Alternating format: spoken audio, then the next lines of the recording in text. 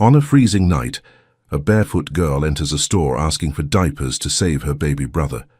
With no money, she faces a stranger and makes a heartbreaking promise. "I swear I'll pay you back when I grow up." The man, a lonely millionaire, is deeply moved by this unlikely scene. And without knowing it, he begins a journey that will forever change 3 lives, including his own. If this story interested you, don't forget to subscribe to our channel and tell us what city you're watching us from. We'll keep going.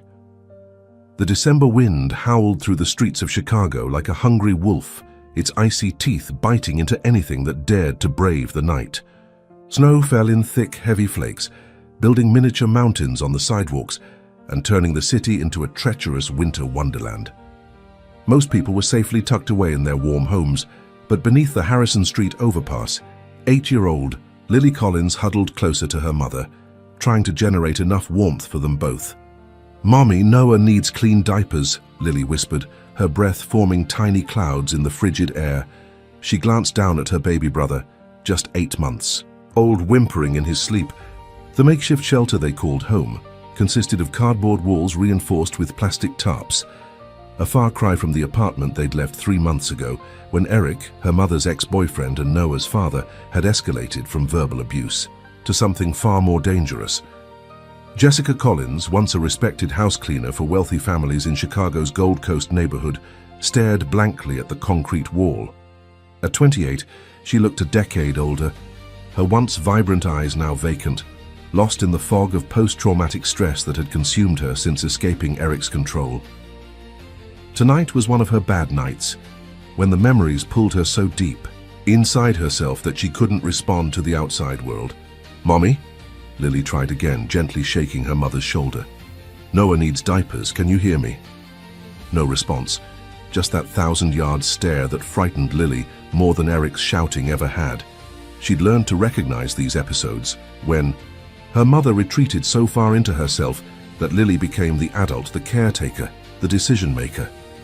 Noah's whimpers turned to cries, his discomfort growing more urgent. Lily checked their supplies. The last diaper had been used hours ago, and the $20 hidden in her mother's shoe was meant for food tomorrow. But Noah couldn't wait until morning. "I'll be right back, Mommy," Lily said, tucking the blanket tighter around her mother and brother. "I'm going to get diapers for Noah. I promise I'll be careful." She slipped her feet into her mother's worn sneakers.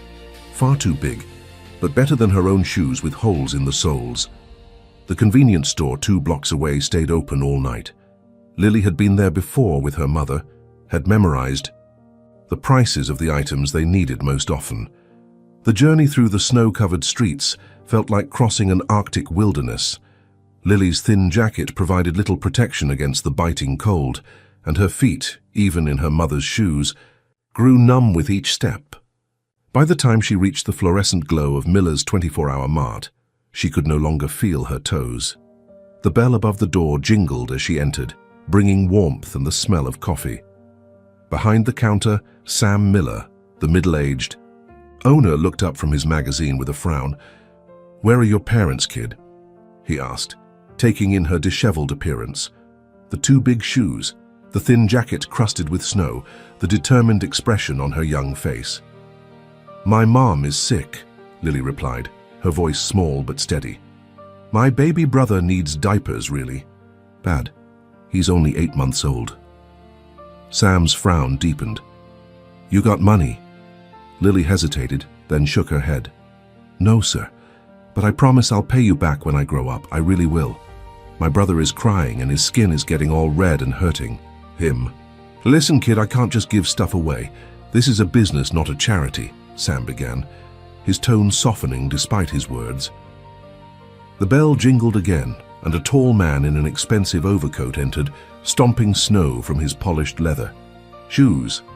Robert Westfield, CEO of Westfield Investments, had stopped for coffee on his way home from a late meeting. At 45, his once dark hair was now threaded with silver at the temples, and fine lines had formed at the corners of his eyes that hadn't truly smiled in the 10 years since his wife Eleanor's passing. "Please," Lily continued, unaware of the newcomer, "I just need the smallest pack of diapers and maybe some wipes. I promise I'll work and pay you back every penny." Robert paused, coffee forgotten as he observed the exchange. The girl couldn't be more than 8 or 9, clearly impoverished, her small body shivering despite the store's heating. Something about her determined stance, the adult responsibility weighing on such small shoulders, struck a chord deep within him. "Put it on my tab, Sam," Robert said, approaching the counter. "Whatever she needs." Both Sam and Lily turned in. Surprise. Lily's eyes widened as she took in the man's expensive clothes and kind face. "Sir, you don't have to," Sam began. "I insist," Robert interrupted. He turned to Lily. "What else does your brother need besides diapers and wipes?" Lily hesitated, suspicion warring with desperate need. "Maybe some formula, and I haven't eaten since yesterday morning." Robert nodded, his throat tight with an emotion he hadn't felt in years. "Get a cart," he said gently. "We'll get everything you need." 15 minutes later, Lily had selected diapers, wipes, formula, baby food, bread, peanut butter, fruit, and a gallon of milk. Robert added a warm hat, gloves, and thick socks to the pile when Lily wasn't looking. "Where do you live?" Robert asked as Sam bagged their purchases. Lily clutched the bags protectively. "Under the Harrison Street Bridge," she admitted reluctantly. "But I can carry these. Thank you for helping us." Robert glanced outside at the blizzard conditions. "You can't walk back in this weather. Let me drive you." Fear flashed across Lily's face. "My mom says never to go with strangers." "Your mom is right," Robert acknowledged. "How about this? I'll drive you, but Sam here will come with us to make sure you're safe. Then we'll both know where you and your brother are if you need help again." Sam, who had known Robert as a regular customer for years, nodded in agreement. "I can close up for 20 minutes. The kids shouldn't be out in this storm." Reluctantly, Lily agreed. As they drove through the deserted streets in Robert's luxury SUV, she directed them to the overpass, where a small collection of makeshift shelters huddled against the concrete supports. "That one?" Lily pointed to a structure slightly apart from the others, reinforced with blue tarps. Robert parked, and they all trudged through the snow carrying the bags. When Lily pulled back the tarp door, the sight inside stole Robert's breath. A young woman sat motionless, cradling a wailing infant, her eyes unfocused and vacant despite the child's cries. The space was meticulously organized despite its poverty, a testament to Lily's efforts to create order in chaos. "Mommy, I'm back," Lily said, rushing to take the baby. "I brought diapers for Noah and some food. This nice man helped us." Jessica didn't respond, didn't even seem to register their presence. Noah's cries intensified, his little face red with discomfort and hunger. "She gets like this sometimes," Lily explained matter-of-factly as she expertly changed her brother's diaper on a folded blanket. "Since we left Eric, the doctor called it PTSD before we couldn't go anymore." Robert exchanged glances with Sam, who looked equally disturbed by the situation. "Lily," Robert said carefully, kneeling to her level, "it's too cold for you to stay here tonight. There's a hotel nearby where you, your mom, and Noah could have a warm room.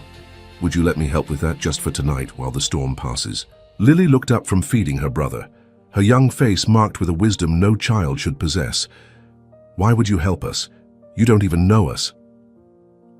Robert thought of his empty penthouse apartment, of the decades spent accumulating wealth while feeling nothing. He thought of Eleanor and the children they'd never had despite years of trying. "Because," he said simply, "everyone needs help sometimes. Tonight you need help. Tomorrow maybe I will." After long consideration, Lily nodded. "Okay, but just for tonight. And I'm still going to pay you back someday. I promise."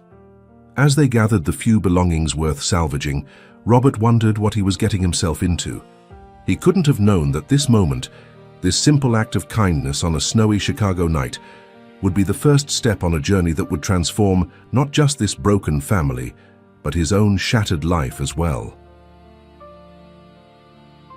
The Lakeside Hotel wasn't luxurious by Robert's standards, but its clean rooms and functioning heaters made it a palace compared to the underpass shelter. Robert booked 2 adjoining rooms, one for Jessica and the children, and one for himself, close enough to help if needed, but respecting their privacy. Lily cradled Noah protectively as they entered the room, her eyes wide at the sight of The 2 queen beds, television and private bathroom. Jessica followed mechanically, responding to gentle physical guidance, but still trapped within the prison of her mind. The bathroom has hot water, Robert explained to Lily. Would you like to take a warm bath? Lily hesitated, looking at her brother and mother with concern. I need to take care of Noah first, and Mom needs help too. Robert nodded, respecting her priorities. I'll order some food while you take care of them. Is there anything specific you'd like? Chicken soup for Mom, Lily replied without hesitation. It's her favorite when she's having a bad day. While they waited for room service, Robert helped Lily settle Noah, now clean and fed, into a makeshift crib fashioned from cushions and towels. The baby, comfortable for the first time in hours, drifted off to sleep almost immediately. Jessica sat on the edge of the bed, still unresponsive. Lily approached her mother with practiced care. Mommy, it's time to get warm, she said, gently removing Jessica's dirty coat. We're safe here tonight. Robert watched in amazement as the 8-year-old methodically cleaned her mother's face with a warm washcloth, brushed her tangled hair, and coaxed her into drinking water.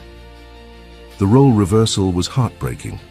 A child caring for the adult who should have been protecting her. You're very good at taking care of your family, Robert observed quietly. Lily shrugged. Mom takes care of us when she can. She's just sick right now. She was really good at her job before, cleaning houses for rich people.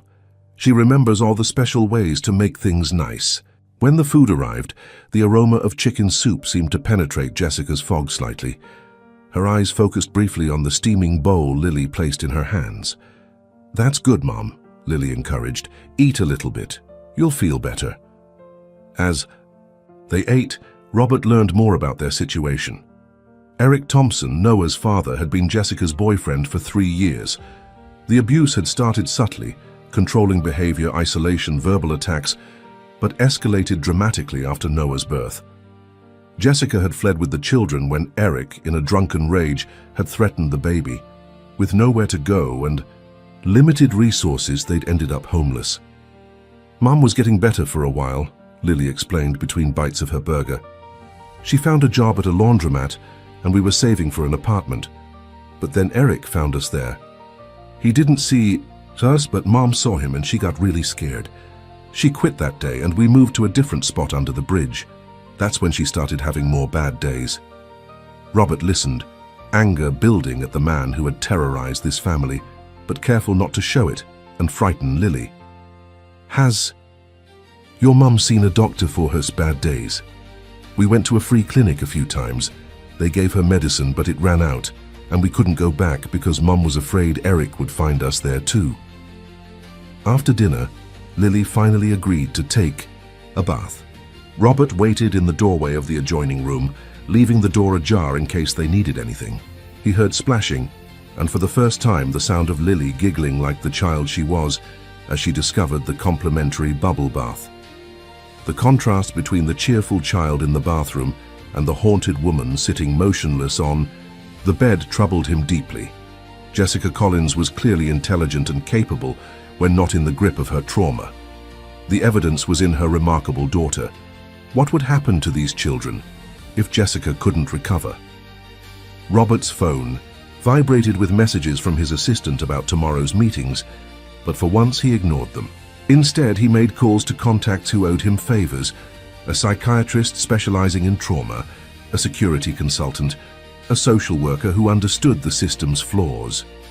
By the time Lily emerged from the bathroom, wrapped in a hotel robe, several sizes too large, Robert had the beginnings of a plan. Lily, he said carefully, I'd like to help your family for more than just tonight. Suspicion immediately clouded her features. Why? What do you want? The question, so adult and wary from such a young child, broke something in Robert's carefully constructed emotional walls. 10 years of isolation since Eleanor's passing had left him merely existing, not living. His wealth had grown while his humanity withered. Now faced with this child's raw need and fierce protection of her family, he felt truly awake for the first time in a decade. I don't want anything from you, he answered truthfully. But I have an empty apartment building I inherited from my parents. The units need some work. but one could be fixed up quickly. You could stay there while your mom gets proper treatment." Lily's eyes widened, but the wariness remained. "We can't pay rent." "You don't need to. Consider it borrowed, like the diapers. When you grow up and become successful, you can help someone else who needs it." The little girl studied him intently, her young mind weighing impossible adult decisions. "What about Eric? He's still looking for us?" "I have friends who can help with security," Robert assured her, "and there are programs that can help your mum get legal protection." A small spark of hope flickered in Lily's eyes, quickly suppressed. "I'll have to ask Mum when she's better. She doesn't trust people easily anymore." "That's fair," Robert nodded. "The offer will still be there when she's ready to discuss it." As Lily climbed into bed beside her sleeping brother, exhaustion finally overtaking her vigilance, she asked, "Why are you alone, Mr. Westfield? Don't you have a family?" The innocent question caught Robert off guard. "I had a wife once, Eleanor. She left us 10 years ago. We wanted children but couldn't have them." "That's sad," Lily murmured, her eyelids growing heavy. "Everyone should have a family." Robert sat in the chair by the window long after Lily fell asleep, watching over the small family. Jessica eventually lay down beside her children, still fully clothed, her body curled protectively around them, even in her dissociative state. Morning brought a shift in Jessica's condition. Robert, who had dozed in the chair, awoke to find her, sitting upright, her eyes clear and alert, watching him with unmistakable fear and suspicion. "Who are you?" she demanded in a hoarse whisper, careful not to wake the children. "What do you want with us?" Robert raised his hands slightly, a non-threatening gesture. "My name is Robert Westfield. Your daughter came into a store last night looking for diapers for the baby. I paid for them and brought you all here because of the storm." Jessica's eyes darted around the room, assessing escape routes. "I don't know you. We don't need charity." "Mom?" Lily's sleepy voice interrupted as she rubbed her eyes. "Mr. Westfield helped us. He bought food and diapers for Noah, and he has an apartment where we could stay. He's nice." Jessica pulled her daughter close. "Lily, we've talked about strangers. We can't trust—" "I know, Mom," Lily interrupted with surprising firmness. "But Noah was crying and you were having a bad day and it was snowing really hard. Mr. Westfield could have done bad things, but he didn't. He just helped." Robert watched the silent communication between mother and daughter, Jessica's fear warring with Lily's determined trust. He recognized the moment when Jessica's maternal instinct to protect her children by fleeing conflicted with her recognition that they needed help to survive. "We'll leave after breakfast," Jessica finally said, her voice stronger but still wary. "Thank you for your help, Mr. Westfield, but we'll be fine on our own." Robert nodded, respecting her decision while knowing he couldn't allow this family to return to life under a bridge. For the first time in 10 years, he felt a purpose greater than making money or merely surviving another day. "I understand," he said simply. "Breakfast will be here soon, and whenever you're ready, my offer of help still stands. No strings attached." The battle lines were drawn, Jessica's fierce independence and deep distrust against Robert's newfound determination to help this family heal. Neither could have predicted how their collision course would transform them all in the months to come. 3 weeks had passed since that snowy December night, and against all odds, Jessica had reluctantly accepted Robert's offer of temporary housing. The apartment, located in a modest building in Rogers Park that Robert had inherited years ago but never bothered to sell, was sparsely furnished but clean, warm, and secure. Most importantly, it was anonymous. The lease paperwork filed under Robert's company rather than Jessica's name, the building equipped with a modern security system, and the neighbors primarily working-class families who minded their own business. For Jessica, accepting help had been excruciating. She'd only agreed after a night when Noah developed a high fever, and the reality of what could happen to her children if they remained homeless in the Chicago winter had finally outweighed her paralyzing fear of dependence. "This is temporary," she had insisted repeatedly, both to Robert and herself. 3 months maximum, just until I can get back on my feet." Robert had agreed without argument, recognizing that pushing would only strengthen her resistance. Instead, he focused on tangible, practical support, that Jessica couldn't reasonably refuse for her children's sake, enrolling Lily in the local elementary school, arranging for Noah's pediatric checkups, and most crucially, connecting Jessica with Dr. Abigail Chen, a trauma specialist who had agreed to provide therapy sessions on a sliding scale. Jessica's first therapy session had been a disaster. She'd attended only because Robert had arranged for a sitter for Noah, and Lily had practically pushed her out the door. She'd sat rigid and silent in Dr. Chen's office for 50 minutes, then returned to the apartment and immediately packed their meager belongings. "We're leaving," she'd announced to Lily, who had just returned from her second day at her new school. "This was a mistake. We can't trust these people." Lily, displaying wisdom beyond her years, had placed herself between her mother and the door. "Mom, Noah is finally getting better. I like my new school. Please, can we stay just a little longer? You promised we'd try for 3 months."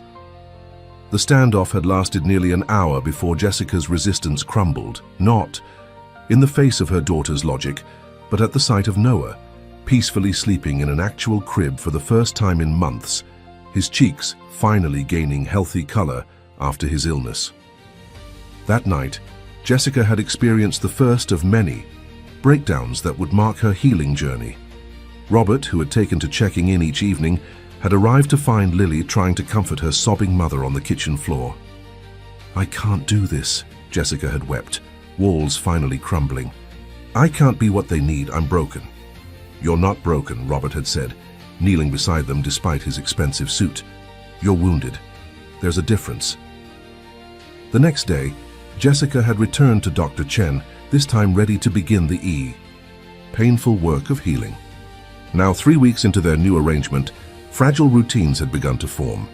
Lily thrived at school, revealing an exceptional aptitude for writing that had already caught her teacher's attention. Noah, properly nourished and receiving regular medical care, had transformed from a listless, underweight infant to a chubby, babbling baby who lit up whenever his sister entered the room. Jessica's progress was less linear, but equally significant. The combination of proper medication, twice-weekly therapy, and the basic security of stable housing had allowed her to function beyond mere survival for the first time in years. There were still bad days, moments when shadows seemed to move like threatening figures, when a car backfiring sent her into trembling panic, when memories ambushed her without warning, but they were becoming less frequent, less debilitating. On tea. This particular evening, Robert arrived at the apartment carrying groceries and a carefully selected book for Lily. These visits had become a highlight of his day, a sharp contrast to the empty silence of his luxury penthouse. "Mr. Westfield," Lily exclaimed, rushing to greet him at the door. "I got an A on my writing assignment. Ms. Peterson said it was the best in the class." "That's wonderful, Lily," Robert smiled, genuinely delighted by her enthusiasm. "I brought you something to celebrate." He handed her a beautifully illustrated collection of short stories. Lily's eyes widened as she ran her fingers reverently over the embossed cover. "Thank you," she whispered, clutching the book to her chest.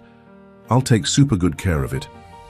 Jessica emerged from the kitchen, wiping her hands on a dish towel. Her appearance had improved dramatically, her hair neatly trimmed, her clothes clean and fitting properly thanks to a modest wardrobe Robert had insisted was part of the housing arrangement. But the most striking change was in her eyes, which now held a cautious awareness rather than vacant fear. "You didn't need to bring groceries again," she said by way of greeting, though her tone lacked the defensive edge it had carried weeks earlier. "I told you we're managing the food budget." "Force of habit," Robert replied easily. "My assistant ordered too much for my place again. It would just go to waste." It was a transparent fiction they both maintained. Robert's way of providing additional support without challenging Jessica's fierce independence, and Jessica's way of accepting help without acknowledging how much she still needed it. "Noah's already down for the night," Jessica continued, taking the grocery bags. "He's finally sleeping through until morning." "That's progress," Robert smiled, removing his coat. "And how was therapy today?" Jessica paused, considering his question with the seriousness it deserved. "Hard. We started talking about the first time, Eric. The first incident. Dr. Chen says I need to process it to move forward, but sometimes I feel like I'm just reopening wounds that were starting to scab over. Healing isn't linear, Robert offered, repeating what he'd heard Dr. Chen explain during the one session Jessica had allowed him to attend. Some days you move forward, some days back. Jessica nodded, then surprised him by adding, Dr. Chen thinks I should consider joining a support group for survivors. There's one that meets at the community center on Thursdays. They have childcare. That sounds promising, Robert replied carefully, recognizing the magnitude of Jessica considering group interaction. Would you like me to watch Noah that evening instead? If you'd be more comfortable with someone he knows. Something flickered across Jessica's face. Gratitude mingled with wariness, as though kindness itself had become suspect in her experience. Maybe. I'll think about it. While Jessica put away the groceries, Robert sat with Lily at the small dining table where she was completing her homework. He marveled at how quickly she'd caught up with her classmates, despite months of missed schooling. Her intelligence was remarkable, but even more impressive was her determination. Mom's having a good week, Lily informed him quietly, her pencil moving steadily across her math worksheet. She only had one nightmare, and she didn't go to the quiet place at all. The quiet place was Lily's term for her mother's dissociative episodes. Robert nodded, respecting the child's assessment. Lily was more attuned to Jessica's mental state than any doctor could be. That's excellent progress, he agreed. And how are you doing? Making friends at school? Lily shrugged. Some kids are nice. Some make fun of my clothes, even though they're new now. There's a girl named Madison who sits with me at lunch, though. She likes writing stories, too. Friends take time, Robert assured her. When I was your age, I was terrible at making them, too busy reading books. Really? Lily looked up, genuinely surprised that this confident, successful adult had ever struggled with anything. Really? Robert confirmed. I was the awkward kid with glasses who always had his nose in a book. It wasn't until high school that I found my people. Their conversation was interrupted by a sudden crash from the kitchen. Robert was on his feet instantly, Lily right behind him. They found Jessica frozen beside the refrigerator, a broken jar of pasta sauce at her feet, red liquid splattered across the floor, and her shoes. Jessica, Robert approached cautiously, recognizing the vacant expression returning to her eyes. It's just sauce, everything's okay. But Jessica wasn't seeing sauce. In her mind, she was back in that final confrontation with Eric, when thrown objects and broken glass had preceded his most violent outburst. Her breathing came in short, panicked gasps, her hands trembling violently. Mom, Lily said firmly, stepping between Robert and Jessica. Mom, look at me.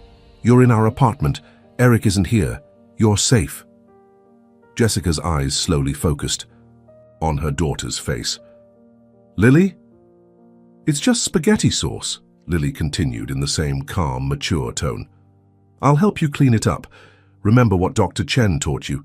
Name 5 things you can see right now. Robert watched in awe as the 8-year-old talked her mother through the grounding technique, patiently waiting as Jessica identified objects in the kitchen, her breathing gradually slowing. I'm sorry, Jessica whispered, once the moment had passed, shame coloring her cheeks. It was just so red and the sound. No apologies needed, Robert said gently, already reaching for paper towels. Let me help clean up. As they worked together to wipe up the sauce, Robert noticed Jessica surreptitiously checking the time on the microwave clock, then the calendar hanging on the refrigerator. He recognized the calculation in her eyes, counting down the days until their 3-month agreement would end. Later, after Lily had gone to bed, Jessica approached Robert as he prepared to leave. Why are you doing all this? She asked abruptly. And don't say it's nothing or that anyone would do the same. We both know that's not true. Robert considered his answer carefully. Before I met you and the children, I was just existing, going through motions, making money, attending meetings, filling time. I haven't felt genuinely useful to another human being in 10 years. Jessica studied him, searching for hidden agendas in his expression. You lost someone. My wife, Eleanor, Robert confirmed. We tried for years to have children, multiple miscarriages. The last pregnancy, there were complications. We lost both the baby and Eleanor. Jessica's expression softened slightly. I'm sorry, that's terrible. It was, Robert acknowledged. Afterward, I threw myself into work, built the business into something much bigger, accumulated more wealth than I could spend in 3 lifetimes. But none of it mattered. Nothing did. Until a barefoot kid tried to steal diapers, Jessica asked, a hint of her dry humor emerging. Until a brave little girl promised to pay me back someday, Robert corrected with a small smile. She reminded me that connections matter more than possessions, that a promise can be worth more than a portfolio. Jessica nodded slowly, her defenses lowering fractionally. Lily has that effect on people. She's been my strength when I couldn't find my own. She shouldn't have to be, Robert said gently. She deserves to be a child. I know, Jessica whispered, tears filling her eyes. That's why I'm trying so hard. For both of them, even when it feels impossible. As Robert drove home that night, the contrast between the modest apartment filled with life and his sterile penthouse had never been more stark. For the first time, he allowed himself to acknowledge the truth. He needed this family as much as they needed him. The healing wasn't one-directional. In helping them rebuild their lives, he was finding pieces of himself long thought lost. What he couldn't know was how quickly this fragile equilibrium would be tested, or how the bonds forming between them would soon face challenges none of them could anticipate. The first signs of spring were beginning to emerge across Chicago, tiny green buds breaking through the lingering patches of snow. Nearly 3 months had passed since that fateful December night, and with the changing season came a sense of renewal for the unlikely family unit that had formed. Jessica had secured a part-time position at a local bookstore, working during school hours while Noah attended a subsidized daycare program. The job was modest, shelving books, processing returns, assisting customers, but it represented an enormous victory in her recovery.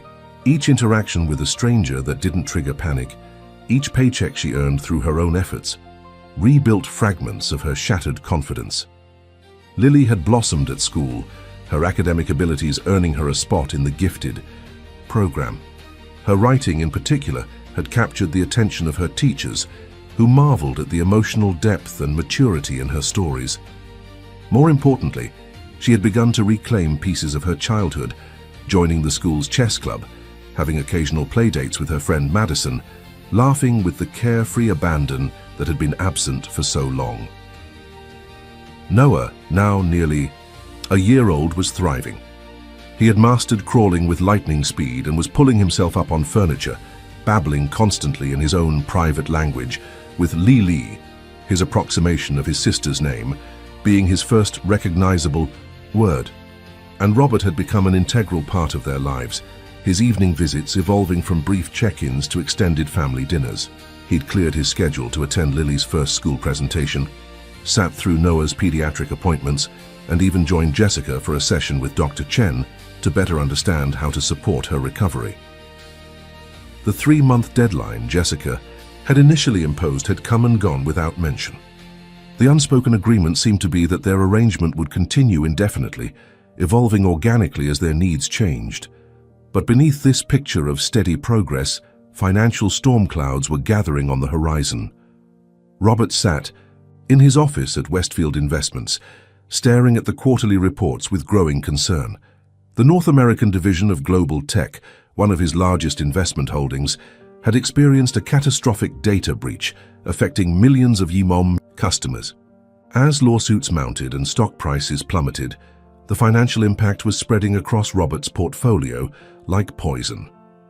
The preliminary estimates suggest we could be looking at a 30% devaluation across the affected holdings, explained Thomas Ward, Robert's chief financial officer, his normally unflappable demeanor showing signs of strain. If we don't contain this quickly, the collateral damage could affect even our secure investments. What are our options? Robert asked, flipping through the crisis management proposals. Immediate divestment from the most vulnerable positions, liquidation of certain real estate holdings to maintain cash reserves, and unfortunately, Thomas hesitated, Significant operational cutbacks until the market stabilizes. Robert nodded grimly. He'd weathered financial storms before, but this one came at a particularly vulnerable time. His personal financial commitments had expanded significantly in recent months.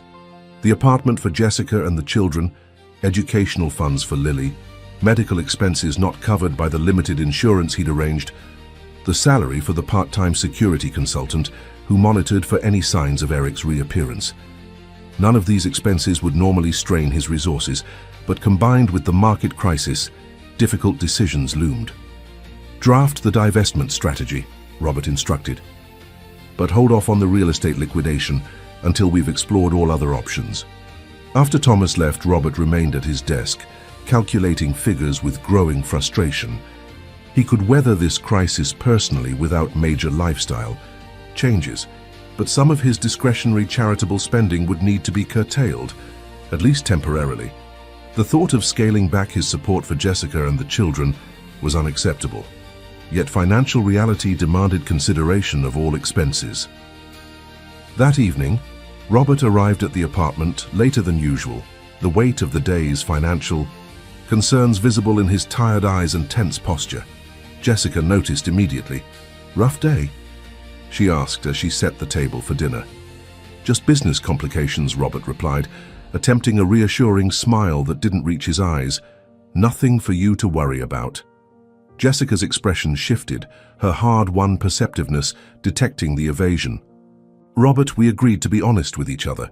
If there's something that affects us, I need to know." Before Robert could respond, Lily burst in from her bedroom, waving a paper excitedly. "Mr. Westfield, I got selected for the citywide writing competition.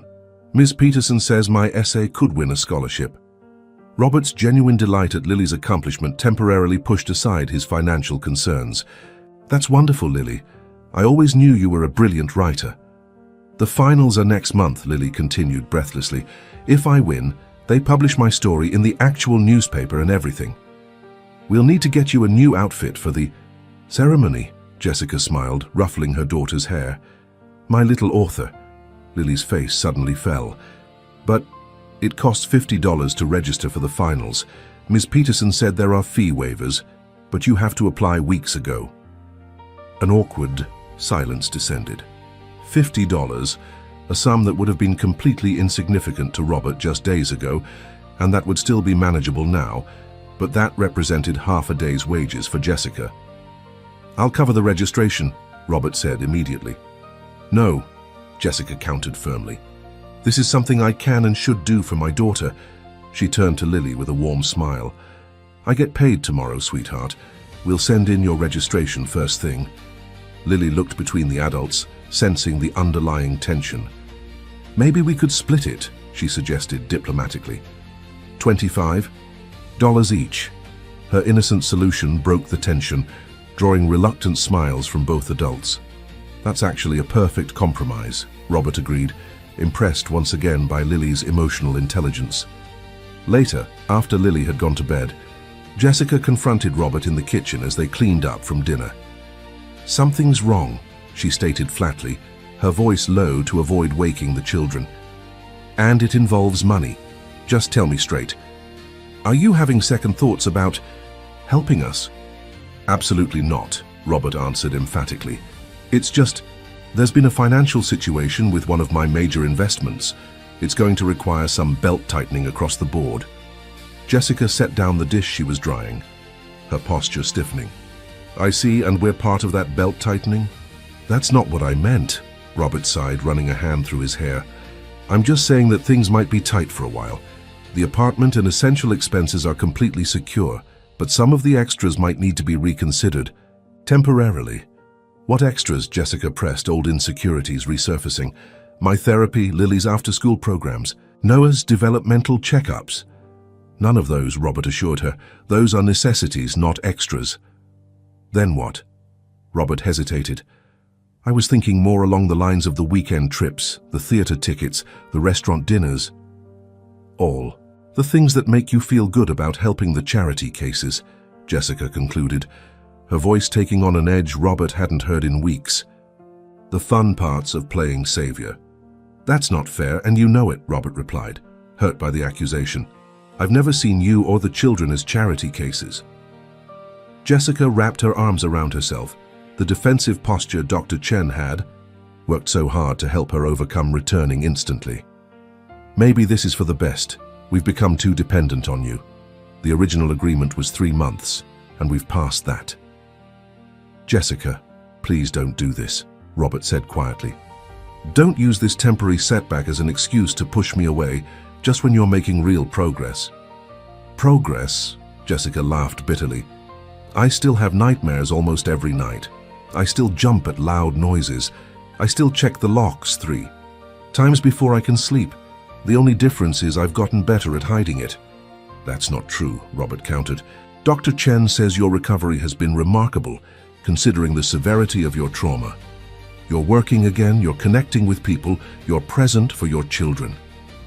Jessica turned away, tears threatening. "And all of that could disappear in an instant if your financial support does. Do you understand how terrifying that is? To build a life on a foundation that could be pulled away at any moment?" The raw vulnerability in her voice cut through Robert's defenses. He hadn't considered how his financial concerns would trigger Jessica's deepest fears of abandonment and instability. "The foundation isn't going anywhere," he promised softly. "Whatever happens with my investments, you and the children are my priority. We might need to adjust some things temporarily, but I will never abandon you." Jessica wiped away an escaped tear, embarrassed by her emotional reaction. "You can't. Promise that." "Nobody can. I learned that the hard way with Eric." "I'm not Eric," Robert said firmly. "No, you're not," Jessica acknowledged, her voice steadying. "But I need to be prepared for all possibilities. If your financial situation is changing, I need to accelerate my plans for independence." "What does that mean exactly?" "It means I'll increase my hours at the bookstore. Maybe look for a second job in the evenings. After the kids are asleep, cut all non-essential expenses." Robert's heart sank at the thought of Jessica working herself to exhaustion, undoing months of careful recovery. "That's not necessary. My situation isn't that dire." "Maybe not now," Jessica insisted, "but I need to be ready if it becomes dire. I can't risk the children's stability again."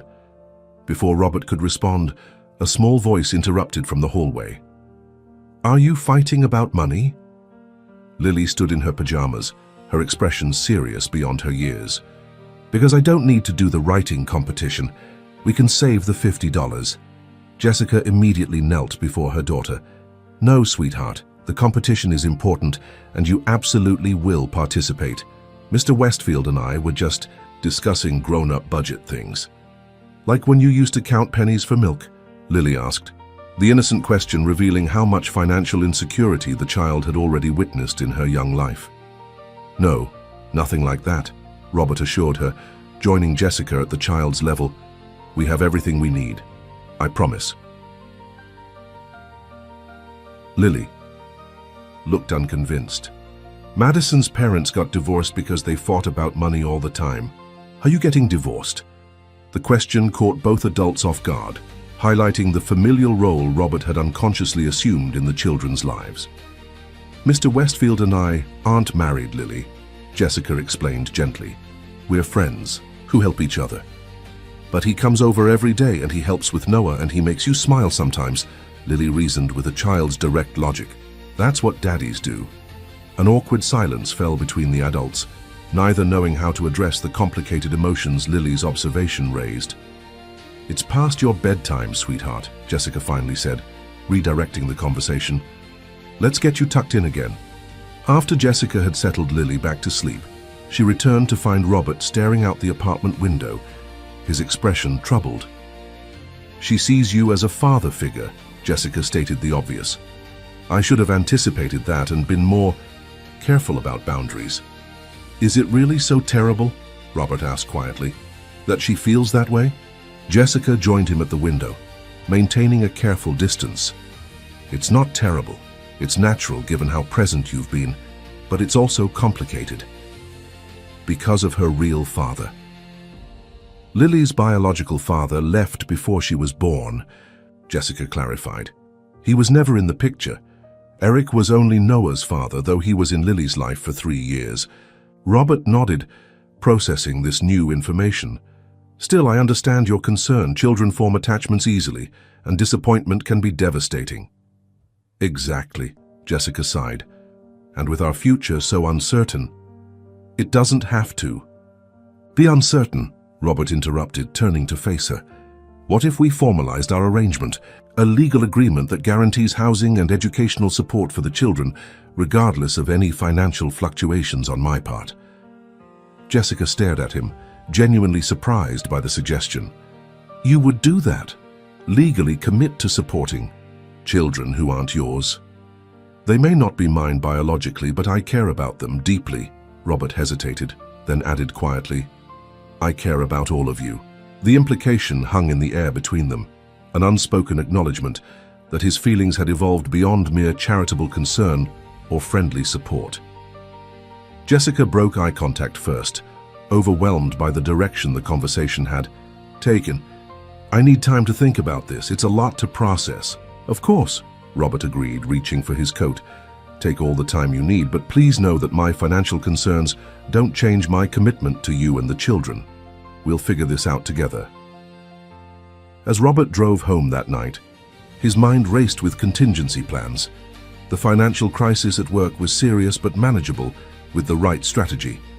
What troubled him more was the realization of just how intertwined his life had become with Jessica and her children, and how much he dreaded the thought of losing them. Meanwhile, Jessica sat on the edge of Lily's bed, watching her daughter sleep peacefully. The stability they'd built felt suddenly precarious, balanced on the goodwill of a man who, despite his apparent sincerity, could walk away at any time. The thought of returning to their previous existence, of Lily losing her school, of Noah losing proper medical care, of herself losing the therapeutic support that had begun to heal her fractured psyche, was unbearable.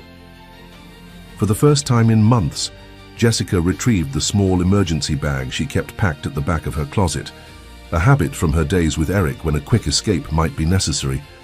The meager savings she'd managed to accumulate wouldn't last long, but perhaps it would be enough to establish themselves somewhere new if Robert's support evaporated. What neither Jessica nor Robert could have anticipated was how quickly their financial concerns would be overshadowed by a far more immediate threat, one that had been watching and waiting for the perfect moment to strike. Spring had fully blossomed across Chicago by the time of the citywide writing competition finals. The previous weeks had been tense as Robert navigated his financial crisis, while Jessica battled her resurging insecurities. A fragile truce had formed between them. Neither mentioned the emergency bag Jessica kept packed, nor the legal agreement Robert had proposed. Instead, they focused on maintaining normalcy for the children's sake. The day of Lily's competition dawned bright and clear. She had spent weeks perfecting her essay titled, What Makes a Real Family?, a deeply personal exploration of her experiences that had moved her teachers to tears during practice readings. Are you nervous? Robert asked, as they drove to the downtown library where the competition was being held. He glanced in the rear-view mirror at Lily, dressed in her best outfit, a simple blue dress Jessica had carefully altered to fit perfectly. A little, Lily admitted, clutching her folder. What if I forget parts when I'm reading it? You won't, Jessica assured her from the passenger seat, reaching back to squeeze her daughter's hand. You've practiced so many times you could recite it in your sleep, but even if you do forget something, it doesn't matter. The words are yours and you can find them again. Noah babbled happily from his car seat, oblivious to the importance of the day, but absorbing the excited energy around him. The Chicago Public Library's grand event hall was filled with families, teachers, and local media when they arrived. Lily's eyes widened at the sight of the audience, her confidence momentarily faltering. There are so many people, she whispered, shrinking against Jessica's side. All here to hear amazing stories like yours, Robert encouraged, kneeling to her level. Remember what we practiced. Look at the back wall if the faces make you nervous. Jessica watched their interaction with mixed emotions. She couldn't deny the positive influence Robert had become in Lily's life, providing a steady male presence. That balanced Jessica's more anxious parenting with calm reassurance. Yet the underlying uncertainty of their arrangement cast a shadow over these moments, making her wonder if she was setting her daughter up for devastating disappointment. As the competition began, they found seats near the front. Noah settled contentedly on Robert's lap. The children's division went first, with 10 finalists from schools across Chicago presenting their work. Lily was scheduled last, a position her teacher had assured them was advantageous, as the judges would remember her piece most clearly. The other children's essays were impressive. Stories about community service projects, environmental initiatives, cultural heritage celebrations. With each polished presentation, Jessica felt Lily's tension increase beside her. "They're all so good," Lily whispered anxiously. "Mine is just about us." "That's exactly why yours is special," Jessica murmured back. "It's real." Finally, Lily's name was called. She stood, smoothed her dress with trembling hands, and walked to the podium. For a terrifying moment she froze, staring at the audience with wide eyes. Jessica held her breath, preparing to rush forward if necessary. Then Lily's gaze found her mother and Robert in the front row. Noah waved chubby hands at his sister, breaking the tension with his innocent enthusiasm. Lily's shoulders relaxed, and she began to read. What Makes a Real Family? By Lily Collins, age 8. 3 months ago, I didn't know the answer to this question. I thought a real family was something you saw on TV. A mom, a dad, a nice house with matching furniture, and everyone always smiling. My family wasn't like that. We were just me, my mom, and my baby brother Noah, trying to stay warm under a bridge when the snow came. On the coldest night in December, Noah needed diapers really bad. Mom was having one of her quiet days when she goes away inside herself, because of the bad memories. So I put on her shoes and walked to the store by myself. I didn't have money, but I promised the store owner I would pay him back when I grew up. That night, I learned that sometimes a family is made from promises, not just the ones you keep, but the ones other people make to you when you need help the most. A kind man bought diapers for Noah and gave us a warm place to stay. He could have just walked away, but he didn't. He kept coming back to make sure we were okay. For a while, I was scared to trust him. Mom taught me to be careful of strangers because of what happened before. But this man was different. He didn't want anything from us, he just wanted to help. Now I know that a real family isn't about having the same last name or living in a perfect house. A real family is people who choose each other every day, even when it's hard. It's the people who stay when everyone else leaves. It's the people who see you at your worst and still think you're wonderful. My mom is the strongest person I know. Even when she's scared or sad, she never stops trying to make things better for me and Noah. She works so hard to heal her heart, so she can be the mom we need. Noah is the bravest baby in the world. He smiles even when he's sick, and he learns new things every day, even though his start in life was really hard. And Mr. Robert became part of our family not because he had to, but because he wanted to. He shows me that good people still exist in the world, and that sometimes help comes from places you never expected. So what makes a real family? It's not about perfect lives or never having problems. It's about standing together when the world feels dark. It's about believing in each other when it's hard to believe in yourself. It's about making promises and keeping them no matter what. My family might not look like the ones on TV, but it's real, and that makes it the best family in the world. By the time Lily finished reading, there wasn't a dry eye in the audience. Jessica clutched Noah tightly, tears streaming down her face at hearing their struggles and resilience, articulated through her daughter's innocent wisdom. Beside her, Robert sat motionless, visibly moved by Lily's words and the public acknowledgement of his place in their lives. The applause was thunderous.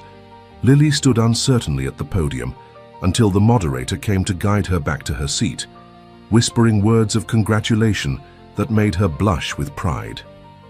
When the winners were announced 30 minutes later, Lily's essay had earned first place by unanimous decision. The prize included a $500 educational savings bond, publication in the Chicago Tribune's Sunday edition, and an invitation to read at the mayor's annual literacy fundraiser. "I can't believe I won," Lily kept repeating as they celebrated over ice cream afterward. "They really liked it." "They loved it," Robert assured her, his usual reserve softened by emotion, "because it came from your heart." "And now everyone will read it in the newspaper," Jessica added, pride overwhelming her. Typical caution. "Your words will touch so many people, Lily." None of them could have predicted just how many people would be touched by Lily's essay, or that one reader in particular would recognize the thinly disguised details of their situation with dangerous consequences. 2 days later, Lily's essay appeared in the Sunday Tribune's special section on youth writing. By Monday morning, the piece had been shared thousands of times on social media, with parents, teachers, and community leaders praising the 8-year-old's profound understanding of family bonds. Local television stations requested interviews, which Jessica politely declined, protective of her daughter's privacy despite the positive attention. Robert's financial situation had begun to stabilize thanks to aggressive intervention strategies, allowing him to refocus on the family without the shadow of economic uncertainty. He'd even begun tentative discussions with Jessica about a more permanent living arrangement, perhaps a house in a good school district where the children could put down roots. The future looked brighter than it had in months, until Wednesday afternoon when Jessica received a call from Lily's school. "Mrs. Collins, this is Principal Grayson from Lincoln Elementary. There was an incident today I need to discuss with you immediately." Jessica's heart raced. "Is Lily hurt? What happened?" "Lily is fine physically, but quite shaken. A man attempted to remove her from the playground during recess, claiming to be a relative. When questioned by our staff, he became belligerent and fled before security could detain him. Lily recognized him and became extremely distressed." The blood drained from Jessica's face. "What did he look like?" "Tall, muscular build, blonde hair, beard. Lily identified him as Noah's dad. I believe you have him listed as a restricted contact in your paperwork." "Eric," Jessica whispered, her worst fear confirmed. "I'll be right there. Please don't let Lily out of your sight." Her hands shook so badly she could barely dial Robert's number. When he answered, all she could manage was, "Eric found us. He tried to take Lily from school." Robert's response was immediate and decisive.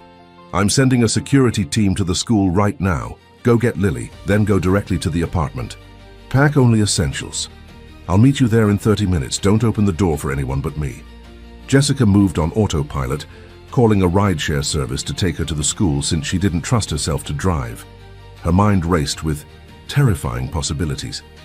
If Eric had found Lily at school, he could find Noah at daycare, he could be watching the apartment, he could be anywhere.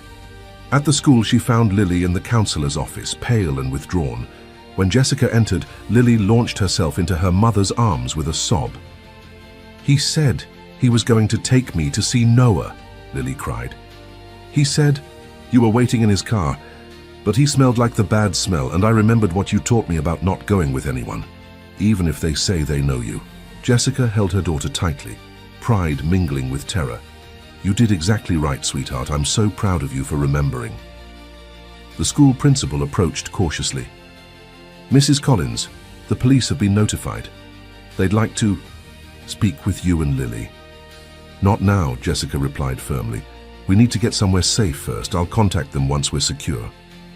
The security team Robert had sent, 2 plainclothes professionals with military precision, escorted them to a waiting SUV with tinted windows. One man remained at the school to coordinate with police, while the other drove them to collect Noah from daycare, and then to the apartment. Robert was waiting when they arrived, his face grim but composed. "Everything's ready. We'll leave, as soon as you've packed." Jessica didn't waste time asking questions. She quickly gathered essential clothing, medications, and the children's favorite comfort items, while Robert secured their important documents in a waterproof portfolio. "Where are we going?" Lily asked, clutching her brother protectively as the adults moved with urgent efficiency around her.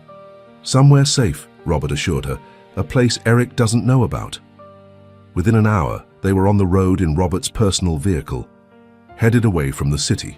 The security professional followed in a separate car, maintaining discreet surveillance. "I have a lake house in Michigan," Robert explained, as Chicago's skyline receded in the rearview mirror. "It's isolated, secure, and registered under a corporate name. We'll be safe there while we figure out next steps." Jessica sat rigid in the passenger seat, one hand reaching back to maintain contact with Lily. "How did he find us? We were so careful." Robert's expression darkened. "The essay. It was published with Lily's full name and school. There was enough detail about your situation that anyone who knew you could make the connection." The realization hit Jessica like a physical blow.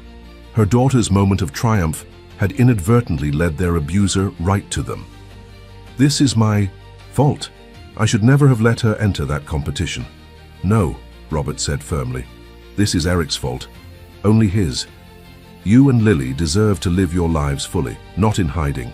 We'll deal with this properly, through legal channels." Jessica didn't respond, her mind already formulating contingency plans. If Eric had found them once, he could find them again. Perhaps she should take the children and disappear completely, even from Robert. Start fresh somewhere Eric would. Never think to look. As if reading her thoughts, Robert reached across to briefly squeeze her hand. "We're in this together, Jessica. All of us.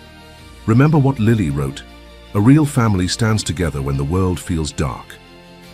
In the back seat, Lily had fallen asleep holding Noah's hand, exhausted by the emotional turmoil of the day. Noah watched the passing scenery with curious eyes, babbling quietly to himself, blissfully unaware of the danger that had nearly touched their lives. "I won't let him hurt them," Jessica whispered fiercely. "I'll do whatever it takes." "We'll do whatever it takes," Robert corrected gently. "You're not alone anymore." As they drove north toward the secluded sanctuary of Robert's lake house, none of them could have anticipated how Eric's reappearance would catalyze the final transformation of their improvised family unit, or the remarkable courage Lily would display in the coming confrontation that would determine their future once and for all. Robert's lake house turned out to be a substantial understatement. The house was actually a modern architect-designed retreat, nestled among towering pines on a private peninsula, with floor-to-ceiling windows offering panoramic views of Lake Michigan's crystalline waters. Under different circumstances, it would have felt like a luxury vacation. Instead, it was their fortress against an uncertain threat. During their first evening, Jessica barely spoke, moving mechanically through the motions of settling the children while her mind raced with contingency plans. Lily, perceptive as always, stayed close to her mother, helping with Noah and speaking in hushed tones, as if afraid that normal volume might shatter the fragile calm. "Will the bad man find us here?" she asked as Jessica tucked her into bed in one of the guest rooms. Jessica smoothed Lily's hair back from her forehead, choosing her words carefully. "No, sweetheart. This place is very safe, Mr. Robert. I made sure of that." Lily studied her mother's face with those wise eyes that always saw too much. "You're scared, though." "I'm concerned," Jessica corrected gently. "That's what moms do. We worry so our children don't have to. But you and Noah are safe, I promise." After the children were asleep, Jessica found Robert on the deck, overlooking the lake. The security system's control panel opened beside him as he verified the property's defenses. "The perimeter sensors are active," he informed her without looking up. "Motion detection, infrared cameras, cellular backup if the power or internet goes down. No one can approach within a quarter-mile without us knowing." Jessica wrapped her arms around herself against the cool night air. "You seem very practiced at this." Robert finally looked up, fatigue evident in his face. "When you build a business empire, you make enemies. Corporate espionage, competitors, occasional threats. Nothing like this, but enough to warrant precautions." "How long can we stay here?" Jessica asked, taking a seat on the adjacent chair. "As long as necessary," Robert replied simply. "I've arranged to work remotely for the next few weeks. Lily can continue her schoolwork online. Her teacher was very understanding about the family emergency I described." "And then what?" Jessica pressed, needing to see beyond the immediate crisis. We can't hide forever. My job, Lily's school, Noah's development programs. We're not hiding. We're regrouping, Robert corrected gently. I've already contacted Jeremy Winters, the best family law attorney in Chicago. He's preparing emergency restraining orders based on today's incident and your previous documentation of Eric's abuse. Jessica laughed bitterly. Restraining orders are just paper. They don't stop bullets. Robert flinched at her bluntness but didn't disagree. They're just the first step. Jeremy is also preparing custody paperwork that will legally terminate Eric's parental rights to Noah based on abandonment and documented abuse. Once that's in place, Eric will have no legal claim to either child. And you think he'll just accept that? Jessica challenged. A man who tracked us down and tried to abduct my daughter from school? No, Robert acknowledged. I think he'll fight, which is exactly what we want. In court, not on the streets. Every aggressive move he makes strengthens our legal position. Jessica fell silent, processing Robert's strategy. It was logical, methodical, privileged, the approach of someone who believed in systems and institutions. Her experience had taught her that such systems often failed those who needed them most. There's something else we need to discuss, Robert continued carefully. The security team did some preliminary investigation. Eric appears to be in significant financial trouble. Gambling debts, unpaid loans, possible connections to some unsavory characters. Jessica tensed. What are you suggesting? I'm suggesting that his sudden interest in Noah might not be purely paternal, Robert replied gently. He may see the child as leverage for financial gain, especially now that he's aware of my involvement through Lily's essay. The implication hung heavy in the air between them. Eric might be seeking to extort money in exchange for relinquishing his parental claims, or worse, threatening the children's safety unless his demands were met. Then pay him, Jessica said flatly. Whatever he wants, if it makes him go away permanently. Robert studied her carefully. Is that really what you want? To teach the children that threats and violence can be rewarded? That Lily's abuser can name his price and walk away enriched? I want my children safe, Jessica snapped, rising from her chair. I don't care about moral lessons or legal principles. If money makes him disappear, it's worth any price. And when he comes back for more? Robert questioned softly. Because he will. Men like Eric always do. Jessica had no answer for that, the truth of his words cutting through her desperate reasoning. She turned away, staring out at the moonlit lake, tears of frustration burning her eyes. I feel so powerless, she whispered. Again, just like before. Robert stood and moved beside her, careful to maintain a respectful distance. You are not powerless, Jessica. You saved yourself and your children from him once already, with no resources and no support. Now you have both. Before she could respond, a subtle chime from the security panel alerted them to movement on the property. Robert immediately accessed the camera feeds, tension visible in his shoulders until he identified the source. It's just a deer, near the north sensor, he confirmed. The brief moment of alarm breaking their emotional standoff. We should get some rest. Tomorrow will be a full day of legal strategizing with Jeremy via video conference. Jessica nodded, exhaustion suddenly overwhelming her. As she turned to head inside, Robert gently caught her wrist. We will get through this, he promised. All of us, together. For the first time since the crisis began, Jessica allowed herself to believe him, just a little. The following days established a new routine at the lake house. Mornings were dedicated to legal meetings, with Robert and Jessica hunched over laptops conferring with attorneys, providing statements to police, and building their case against Eric. Afternoons belonged to the children. Nature walks along, the private shoreline, impromptu science lessons about local wildlife, and quiet reading sessions that helped restore some normalcy to Lily's disrupted education. Noah thrived in the peaceful environment, taking his first unassisted steps across the living room's plush carpet 5 days into their stay, prompting a celebration that momentarily pushed their worries aside. Lily gradually relaxed her vigilance, venturing further from Jessica's side to explore the property's wonders under the watchful eye of Robert's security team. A week into their exile, Jessica received the call she'd been dreading.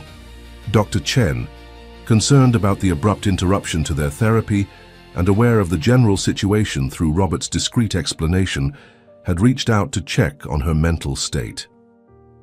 "How are you managing, Jessica?" the therapist asked during their secure video session. "Truly?" Jessica glanced around the luxurious bedroom she'd claimed as her private space, wondering how to articulate the complicated storm of emotions within her.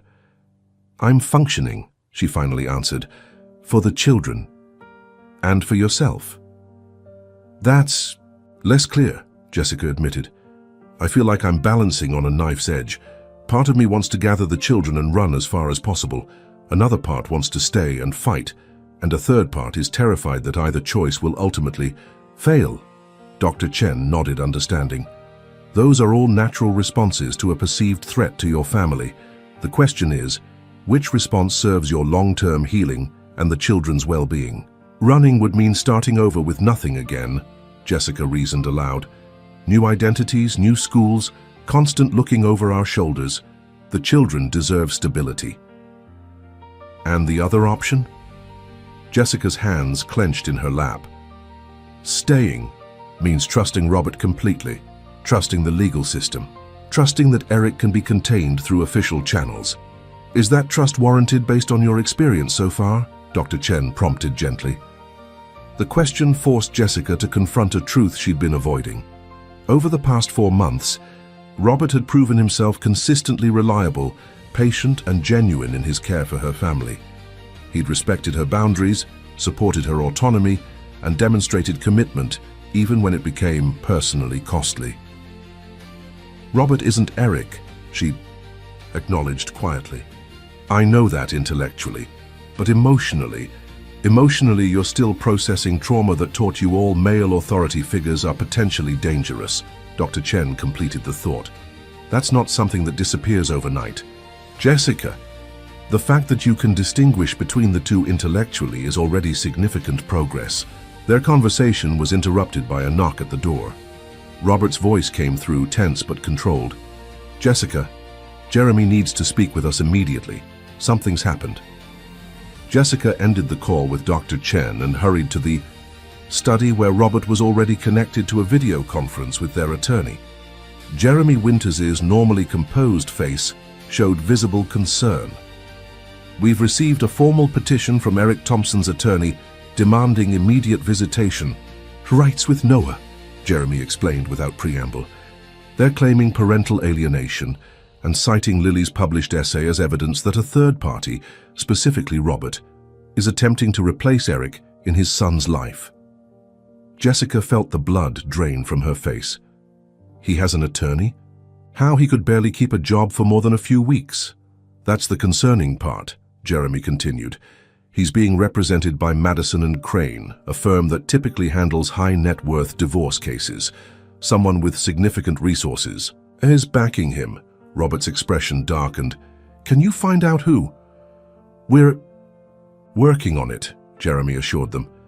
"In the meantime, we need to respond to this petition. The good news is that the school incident strengthens our position substantially.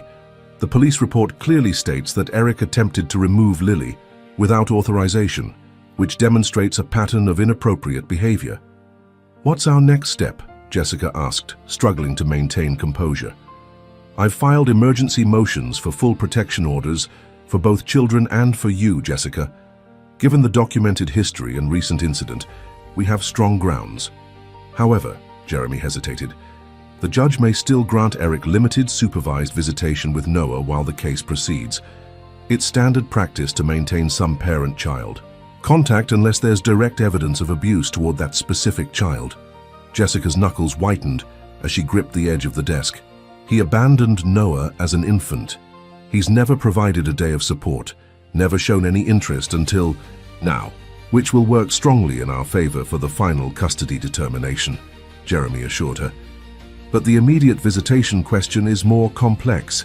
Courts are reluctant to sever all contact without compelling evidence."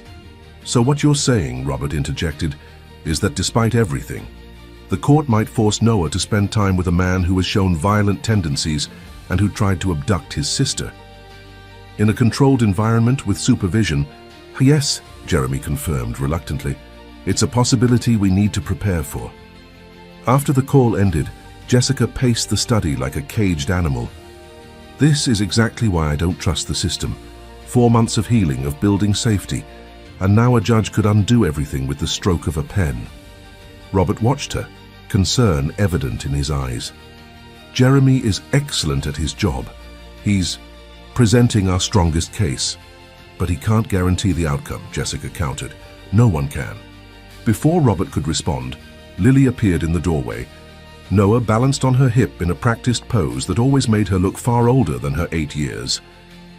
"Is the bad man coming here?" she asked directly, confirming she'd overheard at least part of their conversation. Jessica immediately moderated her expression, kneeling to her daughter's level. "No, sweetheart. He doesn't know where we are. We're just talking about some legal papers." Lily wasn't fooled. "It's about Noah, isn't it? His dad wants to take him away." Robert joined Jessica, addressing Lily with the straightforward respect he always showed her. "Eric has asked the court for permission to see Noah sometimes. The judges will decide what's safest for everyone." "But Noah doesn't even know who." "He is," Lily protested, tightening her grip on her brother. "And he tried to trick me at school." "The judges will know about that too," Robert assured her. "That's why we talk to the police, to make sure everyone understands what kind of person Eric is." Lily considered this with the solemn thoughtfulness that continually surprised the adults in her life. "I could tell the judges what he was like when he lived with us," she offered. "I remember everything." Jessica's heart clenched at the reminder of what her daughter had witnessed. "That's very brave of you, Lily, but you don't need to worry about that right now." "But I want to help," Lily insisted. "Noah's too little to speak for himself. Someone has to tell them how Eric used to break things and call you bad names and make you cry." Robert and Jessica exchanged glances, silently acknowledging the potential impact of Lily's first-hand testimony. Child witnesses were typically shielded from court proceedings, but a recorded statement from Lily might significantly influence the judge's perspective. "Let's talk about that possibility with Jeremy," Robert suggested carefully. "If, and only if, he thinks it would help Noah and wouldn't be too difficult for you, Lily." "I'm not scared," Lily declared, with the absolute certainty of childhood. "Not anymore. Not with you and Mom protecting us." That evening, after the children were asleep, Jessica found Robert in the kitchen making tea, his expression distant as he stared out at the darkened lake. "You've been avoiding me since the call with Jeremy," she observed, taking a seat at the island counter. Robert turned, offering a tired smile. "Not avoiding, processing. This situation has become more complicated than I anticipated." "Because of Eric's mysterious legal support?" "Partly," Robert acknowledged, sliding a mug of chamomile tea toward her, "but also because of something Jeremy mentioned privately after you left the call." Jessica tensed. "What didn't you tell?" "Me?" Robert hesitated, choosing his words carefully. "Eric's attorney submitted some concerning allegations about the nature of our relationship and its impact on the children." "What allegations exactly?" "They're suggesting that our living arrangement is inappropriate," Robert explained reluctantly, "that I've used my financial resources to replace Eric in his son's life, and that you've accepted my support in exchange for certain considerations." Jessica stared at him, momentarily speechless before understanding dawned. "They're implying I'm what? Your kept woman? That I traded my children's affection for financial security?" "Something like that," Robert confirmed grimly. "It's a despicable tactic, but one that might resonate with a traditional judge." "And Jeremy's recommendation?" Robert met her gaze directly. "He believes we need to clearly define our relationship, one way or another, before the first hearing. Either establish that we're merely friends with a landlord-tenant arrangement or, Jessica prompted when he didn't continue, "or acknowledge that our relationship has evolved into something more personal," Robert finished quietly. "Which would then require us to demonstrate the stability and appropriateness of that relationship." The implications hung between them, forcing a conversation they'd been carefully avoiding for months. The growing affection between them had remained largely unspoken, conveyed through small gestures, lingering glances, and the comfortable domesticity they'd established, despite their unusual circumstances. "So we're being forced to define something that we've barely acknowledged ourselves," Jessica summarized, her voice carefully neutral.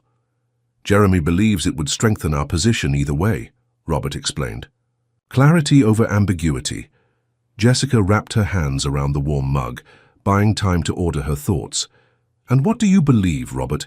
Not as Noah's advocate or our financial supporter or Lily's mentor, just as yourself." Robert took a deep breath, setting down his own mug with deliberate care. "I believe that I've spent 10 years existing rather than living. I believe that meeting you and the children awakened something I thought had died with Eleanor. And I believe that whatever happens with Eric and the courts, I want to remain in your lives, in whatever capacity you'll allow." The raw honesty of his declaration stripped away Jessica's carefully maintained defenses. For months, she'd attributed his generosity to charity, to loneliness, to the businessman's desire to solve problems with resources. She'd deliberately overlooked the growing warmth in his eyes when he watched her with the children, the subtle ways he sought her opinion and respected her decisions, the joy he took in being included in their small family rituals. "I'm still healing," she reminded him softly. "There are days when I can barely trust myself, let alone anyone else." "I know," Robert acknowledged. "I'm not asking for declarations or commitments. I'm just asking that we stop pretending this is still a temporary arrangement born of charity. Whatever happens next, we face it honestly, with ourselves and with the courts." Jessica studied him across the kitchen island, this man who had upended his carefully ordered life to embrace the chaos of hers, who had never once made her feel indebted for his help, who treated her wounded spirit with patient respect and her children with genuine affection. "The courts will want a clear narrative," she said finally, "one that explains why a wealthy businessman would involve himself so deeply in the lives of a homeless woman and her children. The truth usually works best," Robert suggested, "that we met by chance, developed a friendship based on mutual respect, and discovered that together we created something none of us had separately, a family." The word hung in the air between them, loaded with meaning and possibility. Jessica wasn't ready to name the emotions Robert stirred in her, but she could no longer deny their existence. "Jeremy wants a defined relationship to present to the court," she acknowledged. "But the children need consistency, not confusion. If we acknowledge whatever this is between us, well, it can't be a legal strategy. It has to be real." Robert nodded solemnly. "I wouldn't have it any other way." Before Jessica could respond, the security system chimed. Not the gentle alert of wildlife, but the urgent signal indicating a vehicle approaching the property's main gate. Robert immediately accessed the security panel, tension visible in every line of his body. "It's a sheriff's department vehicle," he reported, zooming in on the camera feed. "2 officers." Jessica's heart raced as she joined him at the monitor. "How would they know we're here? This property isn't in your name." "It's registered to my management company," Robert explained grimly. "If Eric's new legal team has resources, they could have traced the connection." The security intercom buzzed and a formal voice came through the speaker. "This is Deputy Wallace with the Oceana County Sheriff's Department.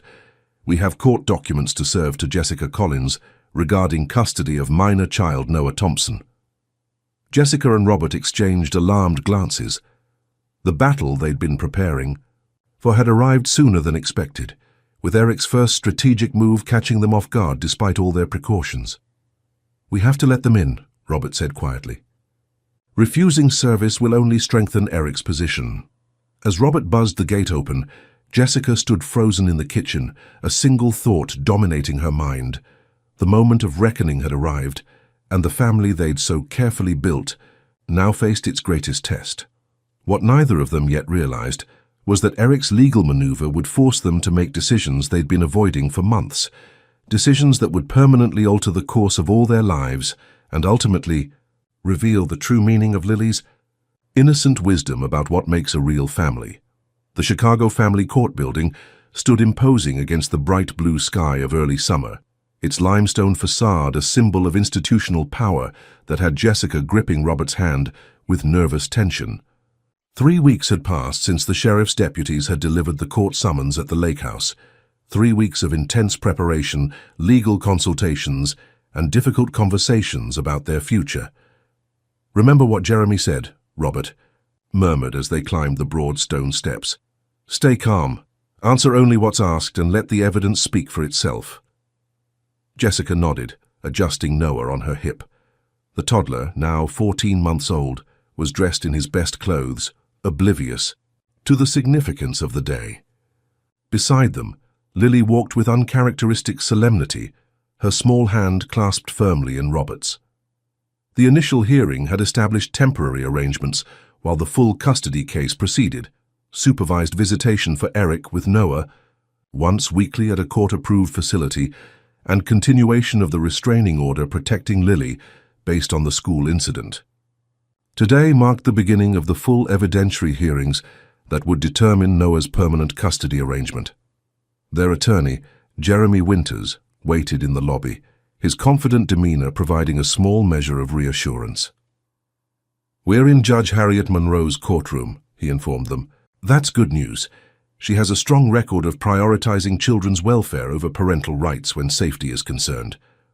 As they made their way through security and up to the designated floor, Jessica caught sight of Eric for the first time in over a year. He stood with his attorney near the courtroom doors, clean-shaven, hair neatly trimmed, dressed in a suit that was clearly new and expensive. The transformation from the disheveled, volatile man she remembered was jarring. Eric noticed them simultaneously, his eyes immediately fixing on Noah. Something possessive flashed across his face before his attorney placed a warning hand on his arm, murmuring something that caused Eric to compose his expression into one of paternal concern. "Ignore him," Robert advised quietly, subtly positioning himself between Jessica and her former abuser. "That's exactly what they want, to provoke a reaction they can use against you." Jessica forced herself to look away, focusing instead on Lily, who had gone rigid at the sight of Eric. "It's okay, sweetheart," she whispered, kneeling to her daughter's level. "He can't hurt us anymore. That's why we're here, to make sure of it." Inside the courtroom, the proceedings began with formal introductions and establishment of the case parameters. Judge Monroe, a stern-faced woman in her 60s with shrewd eyes that seemed to miss nothing, reviewed the preliminary filings with methodical attention. "This court's primary concern is the welfare of the minor child, Noah Thompson," she stated firmly. "All other considerations are secondary. Let's begin with the petitioner's case." Eric's attorney, Victoria Madison, presented a carefully crafted narrative, one that painted Eric as a reformed man who had overcome addiction issues and employment instability to become a responsible citizen seeking connection with his biological son. She strategically acknowledged his past mistakes while emphasizing his recent efforts at rehabilitation. Mr. Thompson has maintained sobriety for 10 months, secured stable employment, completed parenting classes, and established appropriate housing for visitation, Madison explained. He recognizes that his past behavior was unacceptable, but he is committed to building a relationship with his son and being a positive influence in Noah's life. When Eric took the stand, he delivered a performance of contrition and determination that might have been convincing to someone who hadn't witnessed his true nature. He spoke of regrettable actions taken during a difficult period in his life and his heartbreak at being separated from his son during Noah's formative months. "I just want the chance to be a father to my son," he concluded, his voice breaking slightly for effect. "Every boy needs his dad." Throughout this testimony, Jessica maintained a neutral expression through sheer force of will, though her nails dug painfully into her palms beneath the table. Robert remained equally composed, though the tension in his jaw betrayed his true feelings. The calculated manipulation became clearer when Madison introduced their key argument, that Jessica had deliberately alienated Noah from his father by entering into a relationship with Robert, a wealthy man who could provide financial advantages Eric couldn't match. Ms. Collins chose to replace her child's biological father with a financial benefactor, Madison argued. And while Mr. Westfield's generosity is admirable, it does not give him the right to supersede Mr. Thompson's paternal relationship. No amount of money should be allowed to sever the natural bond between father and son. When it was their turn to present, Jeremy methodically dismantled this narrative with documentary evidence, police reports of Eric's violent episodes, medical records of Jessica's PTSD diagnosis, testimony from the school security guard regarding the attempted abduction, and financial records showing Eric had never provided a single dollar of support for Noah, despite court orders to do so. Most compelling was the video deposition Lily had insisted on providing. The judge's expression softened visibly as the 8-year-old recounted with simple, devastating honesty the environment Eric had created during his time with their family. "He would break Mom's things when he got angry," Lily explained calmly. "So he called her bad names and said she was stupid. Sometimes he would push her.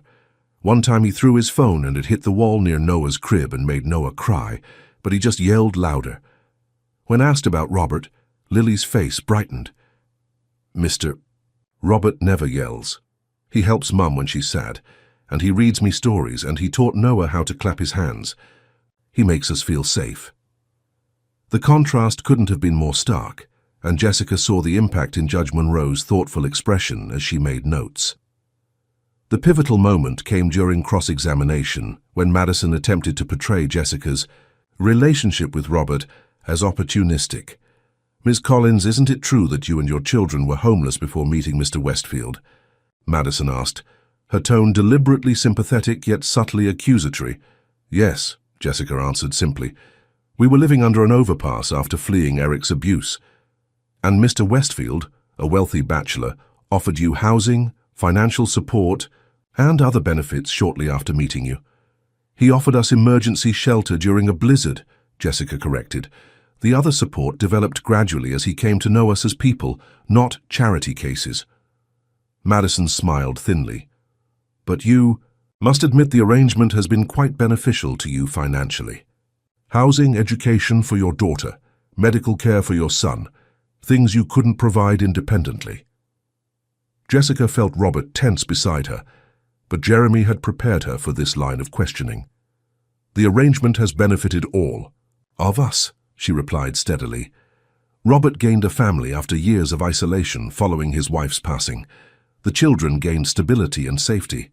And yes, I gained resources to provide better for my children. That's what families do, support each other in different ways. So you acknowledge that your relationship with Mr. Westfield is romantic in nature," Madison pressed, seizing on the word family. Jessica paused, meeting Robert's gaze briefly before answering. "Our relationship evolved from friendship to something deeper over time. We didn't plan it, but we don't deny it either." "How convenient," Madison remarked with calculated skepticism. "And when exactly did this romance bloom? Before or after you became aware of Mr. Thompson's petition for custody?" Jessica felt heat rise in her cheeks, but maintained her composure. "Emotions don't follow legal timetables, Miss Madison. Robert and I grew closer gradually through shared experiences and mutual respect. We've been careful to maintain appropriate boundaries because of my recovery process and the children's needs."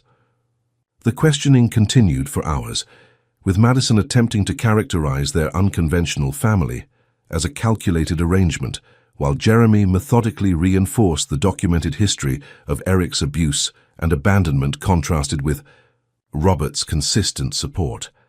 When Robert took the stand, his testimony cut through the legal maneuvering with simple sincerity. He spoke of his first encounter with Lily at the convenience store, the immediate connection he felt to the determined child, and the gradual process of earning Jessica's trust. "I never intended to replace Noah's biological father," he stated firmly. "But when that father abandoned his responsibilities and endangered his family, I couldn't stand by and do nothing. Every child deserves safety, stability, and love, regardless of biology." The most damaging testimony against Eric came unexpectedly. When Jeremy called a surprise witness, Carlos Ramirez, a former associate of Eric's from his gambling days. Ramirez testified that Eric had approached him 3 months earlier, asking for help contacting people who might put pressure on Jessica to relinquish custody. "He said there was big money involved," Ramirez explained. "He knew the kid's mom was living with some rich guy, and he figured he could get a payout to walk away. But he needed leverage first, needed to scare them into thinking he could take the kid. Eric's outburst at this revelation, half rising, from his seat with a muttered profanity before his attorney restrained him, did more damage to his case than any testimony could have. Judge Monroe's sharp reprimand and warning about contempt only reinforced the contrast between the two men in Noah's life. At the end of the exhausting day, Judge Monroe announced she would review all evidence and deliver her ruling the following morning. "This court does not make custody determinations lightly," she stated firmly. "I will consider all factors, with the child's best interests as my North Star." That evening, in the hotel suite they'd reserved near the courthouse, Jessica paced anxiously while Robert put the children to bed. The day's testimony had forced them to publicly acknowledge feelings they'd only recently begun to discuss privately, a pressure that left Jessica feeling exposed and vulnerable. "You've worn a path in the carpet," Robert observed gently as he emerged from the children's room. "They're both finally asleep." Jessica stopped pacing but remained standing, arms wrapped protectively around herself. "I feel like we've handed our fate to a complete stranger. No matter how fair Judge Monroe seems, she doesn't know us, not really." "She knows the facts," Robert reminded her, "and the facts are on our side." "Facts don't always determine outcomes," Jessica countered. "If they did, Eric would never have been granted visitation in the first place." Robert approached cautiously, respecting her need for space. "Jeremy believes we've made a compelling case. Ramirez's testimony was particularly damaging to Eric's claims of reformation." "But what if it's not enough?" Jessica whispered, voicing her deepest fear. "What if she grants him unsupervised visitation, or worse, partial custody? Noah's so young. He won't understand why he's suddenly being taken from everything familiar and secure." "We'll appeal if necessary," Robert assured her. "Fight every step of the way." Jessica finally met his gaze directly. "You said we, even after the way Madison portrayed our relationship. The insinuations about your motives?" "Especially after that," Robert replied without hesitation, "because she got one thing right. We are a family now, in all the ways that matter. Maybe not in the traditional sense, and certainly not on the timeline we might have chosen, but a family nonetheless." The simple declaration broke through Jessica's remaining defenses. The stress of the hearing, combined with months of emotional guardedness, finally overwhelmed her composure. Silent tears slipped down her cheeks as Robert carefully gathered her into his arms. "I'm so tired of fighting," she confessed against his shoulder. "First Eric, then my own trauma, now the courts. It never ends." "It will end," Robert promised. "Maybe tomorrow, maybe after more battles, but eventually we'll win because we're fighting for something real, something worth protecting." They stayed that way for long moments, finding comfort in the physical affirmation of their bond. When Jessica finally stepped back, wiping away tears, her expression had shifted from despair to determination. "Whatever happens tomorrow," she said firmly, "I want you to know that the children and I were saved by your kindness long before. We knew the court battle was coming. You chose us when you had no obligation to, and that choice changed everything." Robert touched her face gently. "You saved me too, Jessica. You and the children brought life back into my world when I'd forgotten what it meant to truly live." The following morning, they returned to the courtroom with renewed resolve. Lily insisted on attending the ruling, her small face solemn with understanding beyond her years. Even Noah seemed to sense the gravity of the occasion, remaining unusually quiet in Robert's arms. Judge Monroe entered promptly at 9, her expression revealing nothing as she took her seat and arranged her notes. The courtroom fell silent, the tension palpable as all parties awaited her decision. "Having reviewed all testimony and evidence in this matter," she began formally, "I am prepared to rule on the petition for custody of minor child Noah Thompson." Jessica reached for Robert's hand, gripping it tightly as the judge continued. "This court has been presented with two starkly different narratives regarding what serves the best interests of this child. On one side, a biological father seeking to establish a relationship after a significant absence. On the other, A mother who has demonstrated extraordinary resilience in protecting her children from documented abuse, with the support of a consistent father figure who, while not biologically related, has proven his commitment through actions rather than mere words. Judge Monroe looked directly at Eric. Mr. Thompson, while the court acknowledges your stated desire to be part of your son's life, your actions speak louder than your testimony. The evidence clearly establishes a pattern of abuse, abandonment, and concerning motives regarding your sudden interest in custody. The testimony regarding your apparent interest in financial gain, rather than your son's welfare, is particularly troubling. She turned to Jessica and Robert. Miss Collins, Mr. Westfield, the stable environment you have created together, despite unconventional beginnings, demonstrates a commitment to these children that this court finds both genuine and admirable.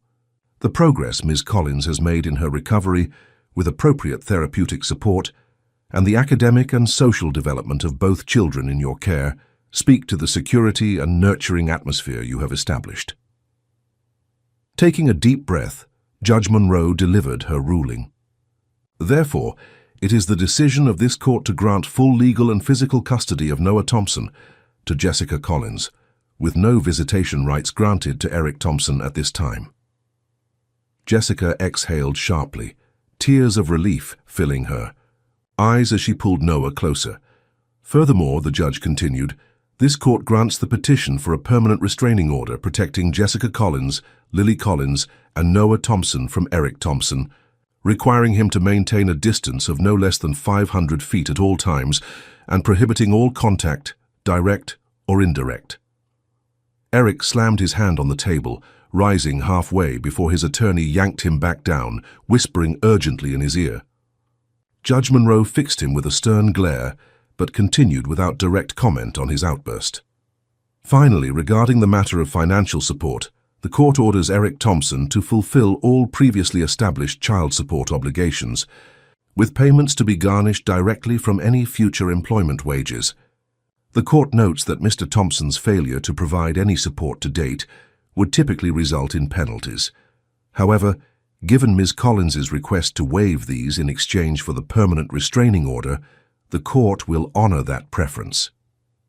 With a final tap of her gavel, Judge Monroe concluded, this court retains jurisdiction for enforcement of these orders.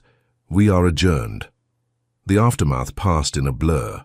Jeremy's congratulations, the security team escorting them safely from the building while Eric was deliberately detained inside, the celebration dinner at a restaurant with a private room where Lily could finally relax her vigilance and behave like the child she was. It wasn't until much later, after the children were asleep in their hotel beds, that Jessica and Robert had a moment alone on the suite's balcony, overlooking the Chicago skyline. It's really over, Jessica marveled, still processing the day's victory. Noah is safe. We're all safe. The legal battle is over, Robert agreed, but our story is just beginning. Jessica turned to him, illuminated by the city lights and the freedom of having finally secured her children's future. What happens now? We go back to the apartment, resume our lives. Robert took her hands in his expression serious yet hopeful. If that's what you want, or, Jessica prompted, echoing their conversation from weeks earlier. Or we could make this family official, Robert suggested quietly. Not right away, we should give ourselves and the children time to adjust, to be sure. But eventually, if you're willing, I'd like to formally adopt Lily and Noah, and I'd like to ask you to consider becoming my wife. Jessica's breath caught at the unexpected proposal. Robert, are you sure? The children and I come with so much baggage, so many challenges. I've never been more certain of anything, he replied simply. These past 6 months have shown me what matters in life, and it isn't stock portfolios or corporate acquisitions. It's the family we've built together, complicated, unconventional, and absolutely perfect in its imperfection. Jessica studied him in the moonlight, this man who had walked into their lives by chance and stayed by choice, who had seen her at her most broken and never once made her feel diminished by it, who loved her children as his own. I can't give you an answer tonight, she said honestly. Not because I don't care for you, but because I need to be certain that any decision I make comes from strength, not fear or gratitude." Robert nodded, understanding as always. "Take all the time you need. We have that luxury now." "But I can. Tell you this," Jessica continued, moving closer to him. "Whatever happens next, we face it together, as a family." Their kiss beneath the Chicago stars sealed a promise that had begun on a snowy December night with a child's simple vow: "I'll pay you back someday." 15 years later, the Chicago Tribune's Sunday culture section featured a prominent article about upcoming book releases, with particular attention to a debut collection of short stories by promising young author Lily Collins Westfield. Promises, We Keep explores the complexity of family bonds forged through adversity rather than biology, the reviewer wrote. Collins Westfield draws on personal experience to craft stories of remarkable emotional depth, examining how moments of unexpected kindness can transform lives across generations. In the author photo, Lily stood confidently between her parents, Jessica Collins Westfield, now a respected counselor specializing in trauma recovery and domestic violence intervention, and Robert Westfield, who had shifted much of his business empire toward affordable housing initiatives and family support programs in recent years. Beside them stood Noah, a handsome teenager whose only memories of early hardship came from family stories rather than personal experience.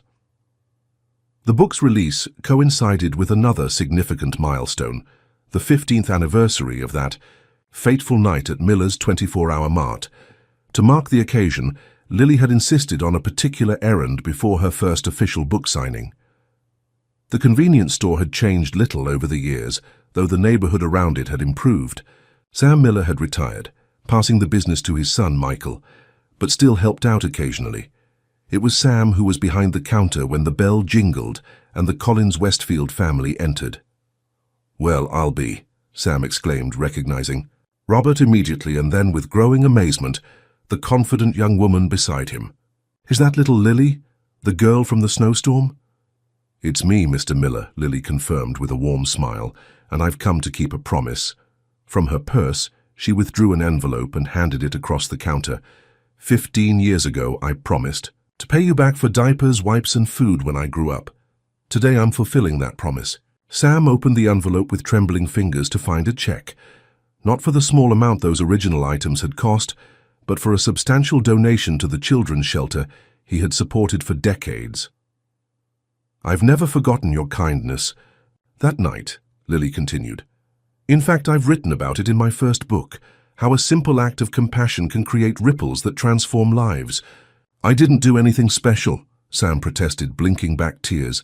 "Anyone would have helped a child in need." "But not everyone did," Robert noted quietly. "You did.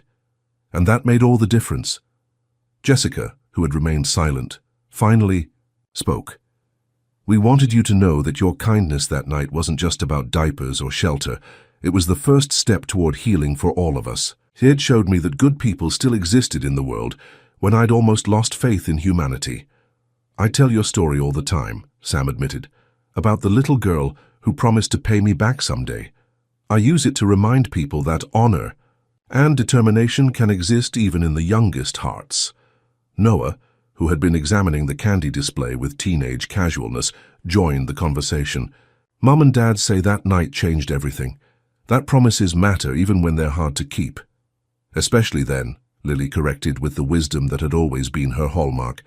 "A promise kept against all odds is what builds trust. And trust is what builds families, the ones we're born into and the ones we create along the way."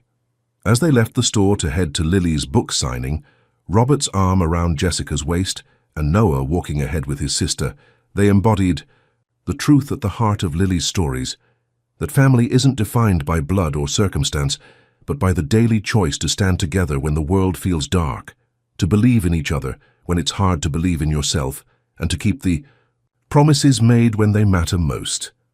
The promise of a desperate child on a snowy night had indeed been kept, not just through a charitable donation, but through the lives that